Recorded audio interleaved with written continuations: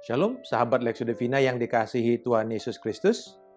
Topik kita dalam episode ketiga dari seri Barang Siapa Menang adalah tentang orang Kristen dan gereja yang tinggal di antara penyesat. Renungan kita dari Wahyu pasal yang kedua ayat 12 sampai 17. Pesan Tuhan Yesus Kristus kepada jemaat di Pergamus. Pergamus atau biasa juga dikenal sebagai Pergamum artinya menara dan pernikahan, elevations atau tower and marriage. Pusat intelektual karena di situ juga ada perpustakaan kedua terbesar di muka bumi pada dunia kuno setelah perpustakaan Alexandria yang ada di Mesir bagian utara. Jadi mereka menyimpan begitu banyak manuskrip-manuskrip. Dan mereka lah yang pertama menemukan media tulis untuk melanjutkan salinan-salinan. Karena sebelumnya pakai papirus. Papirus itu gampang rusak. Itu dari daun teberau yang ada banyak di Mesir. Tetapi kemudian mereka ganti dengan dari kulit binatang. Kulit binatang dan kemudian dibersihkan lalu ditulis di situ dan bisa digulung. Inilah yang kemudian dikenal sebagai lembar pergamenin atau kita kenal dengan istilah populernya perkamen. Yesus memperkenalkan dirinya, inilah firman Dia yang memakai pedang yang tajam dan bermata dua. Yesus memperkenalkan dirinya sebagai otoritas tertinggi di dalam perkataan, di dalam firman, di dalam pengajaran. Ayat 13, Yesus mengatakan, gereja ini tinggal di tempat takhta iblis. Ada alasan kenapa dikatakan ini sebagai takhta iblis. Karena ini adalah takhta berarti kuasa, otoritas, tempat berdiamnya otoritas. Inilah tempat di mana otoritas iblis bekerja dengan sangat kuat dan menekan siapa saja yang ada di kota ini. Dan iblis memakai saluran kekuasaan yaitu negara dan juga gereja atau kelompok-kelompok penyembahan. Baik itu agama Yahudi, agama Roma, agama Yunani, mereka memakai kekuatan agama. Jadi politik dan agama bersatu. Inilah sebenarnya juga menjadi cara kekuatan si jahat. Nah, alasan Yesus mengatakan ini sebagai takhta iblis karena di kota ini ada pusat penyembahan agama negara, yaitu kuil penyembahan kepada Agustus, pusat penyembahan kepada Zeus, dan juga kepada dewa Dionysius, yaitu dewa anggur, dewa hiburan, dan juga dewa Asklepius. Dewa Asklepius dikenal sebagai dewa untuk memberikan kesembuhan.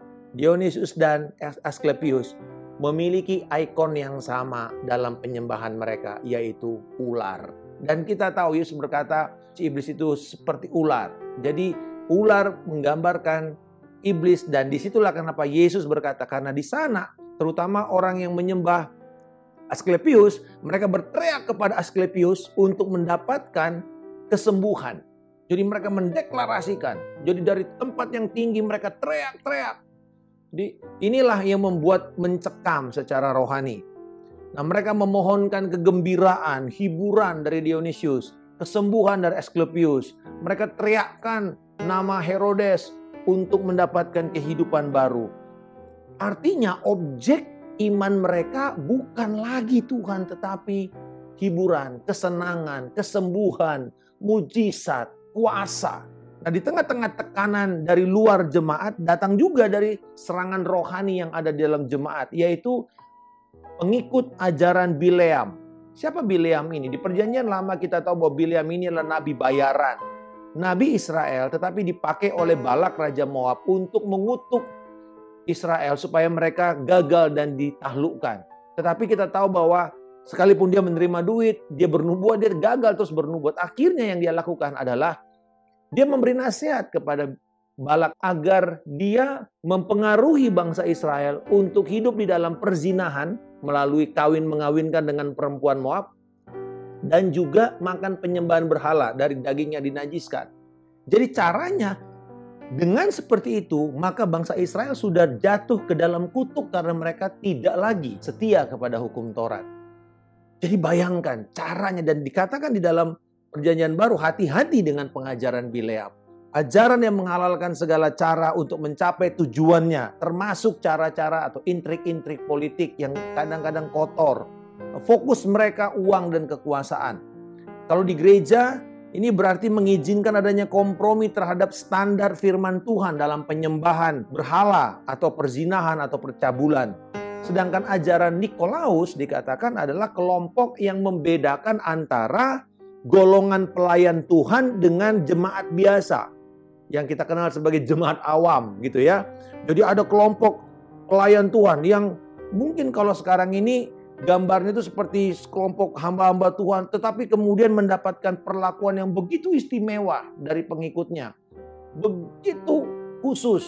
Oh, mungkin segala macam fasilitas diberikan kepada mereka yang tidak dinikmati oleh jemaat. Sayangnya, mereka juga akhirnya memanfaatkan kekuasaan rohani, pengurapan itu untuk membuat pengikutnya mengikuti apa yang mereka inginkan. Mereka memakai cara-cara yang intimidatif, ancaman rohani sehingga membuat pengikutnya takut dan terkungkung. Nah, ini biasanya yang kita tahu sebagai modus dari ajaran-ajaran bidat-bidat atau aliran sesat dan yang mengkultuskan pemimpin rohaninya. Pada tahun 2017 di Amerika, lembaga riset Barna membuat sebuah laporan bahwa di kota-kota yang dulunya menjadi benteng-benteng kekristenan, ya di daerah selatan, kemudian sekarang berubah. Lalu mereka mulai survei. Dan hasilnya lebih dari 65% mereka ini mengatakan, aku mengasihi Yesus, tetapi aku benci gereja. Love Jesus, hate church. Kenapa ini bisa muncul? Lalu mereka mengatakan, religion, no. Relationship with Jesus, yes. Religion, no. Spirituality, yes. Kenapa? Bahkan di kalangan anak muda Kristen di Indonesia, saya pernah bertemu di kampus dengan orang-orang seperti ini. Mereka mengatakan, Kak, kami tuh gak suka dengan gereja. We hate church. Mereka ini adalah orang-orang yang tumbuh di keluarga Kristen. Bahkan beberapa dari mereka tuh anak-anak pelayan Tuhan. Anak-anak hamba Tuhan. Tapi mereka tumbuh dan membenci pelayanan, membenci gereja. Kenapa? Kenapa ini muncul? Karena ternyata setelah kita tanya apa alasan, dia bilang, kita kesel, kita benci dengan praktek-praktek yang ada dalam organisasi pelayanan, ada di dalam organisasi gereja yang bercampur dengan segala kepentingan-kepentingan pribadi, agenda pribadi, pakai cara-cara politik, kepentingan bisnis, kepentingan kekuasaan, termasuk membius pengikutnya dengan mujizat, kesembuhan, dan membuat mereka berkesimpulan, ya gereja mah sama aja dengan dunia, munafik. Itu adalah sebuah tuduhan yang begitu kejam sekali, dan itu menusuk hati saya, dan saya menjadi menangis. Tuhan, ada apa dengan anak-anak ini di kota Pergamus ini? Mereka tidak segan untuk membunuh pengikut-pengikut Kristen yang sejati. Salah satu dikatakan dalam ayat 13 ini, seorang pengikut Yesus, saksi Yesus yang setia bernama Antipas, dibunuh di hadapan mereka. Ini sama seperti apa yang dilakukan oleh orang-orang Farisi, orang-orang Saduki, para pemuka agama Yahudi yang membunuh Yesus pada hari suci. Apa jalan keluar terhadap keadaan ini? Apakah harus kita izinkan anak-anak kita, generasi berikutnya membenci gereja dan hanya mau punya hubungan dengan Tuhan tapi tidak punya otoritas, tidak punya naungan, tidak punya payung rohani? Mereka mau bebas, akhirnya mereka akan jatuh ke dalam penyesatan lain nantinya, yaitu penyembahan terhadap diri mereka sendiri. Bagaimana jalan keluarnya? Yesus berkata kepada pemimpin gereja di Pergamus dan kepada jemaat, sebab itu bertobatlah. Jika tidak, aku akan segera datang kepadamu dan aku akan memerangi mereka dengan pedang yang di mulutku ini. Bertobat, perubahan pikiran yang menuntun kepada perubahan tindakan. Dari apa? Dari menurunkan standar firman dan menajiskan kekudusan namanya. Bertobat dari gaya hidup yang bertolak belakang dengan iman kekristenan kita. Kita kembali kepada firman. Lakukan sesuai dengan standar firman. Yesus berkata, dengan firman itulah dia akan menghukum. Artinya dia akan menghakimi orang-orang percaya itu standarnya bukan standar dunia. Bukan mengatakan, oh dia baik kok. Dari luar tampaknya dia sangat saleh. Bukan itu. Tetapi dihakimi dengan firman Tuhan. Janji Yesus kepada mereka yang bertobat. Yang tidak mau kembali lagi hidup dalam kompromi dosa.